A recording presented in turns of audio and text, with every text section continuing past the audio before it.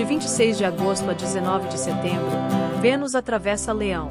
E tudo ganha brilho, intensidade e generosidade. É hora de amar com coragem, mostrar sua beleza ao mundo e valorizar o que te faz único. Com essa Vênus, o amor precisa de palco. Queremos demonstrações públicas, romantismo exagerado, mas também conexão verdadeira. É tempo de se apaixonar por quem te admira e te enxerga. O amor agora pede brilho, mas também autenticidade. Valorize quem celebra sua essência. No dinheiro, oportunidades em moda, beleza, arte, entretenimento e tudo que envolva criatividade e presença.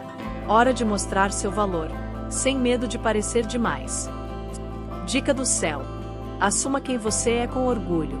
Seja no amor ou no trabalho. Mostre-se com confiança, você merece ser visto.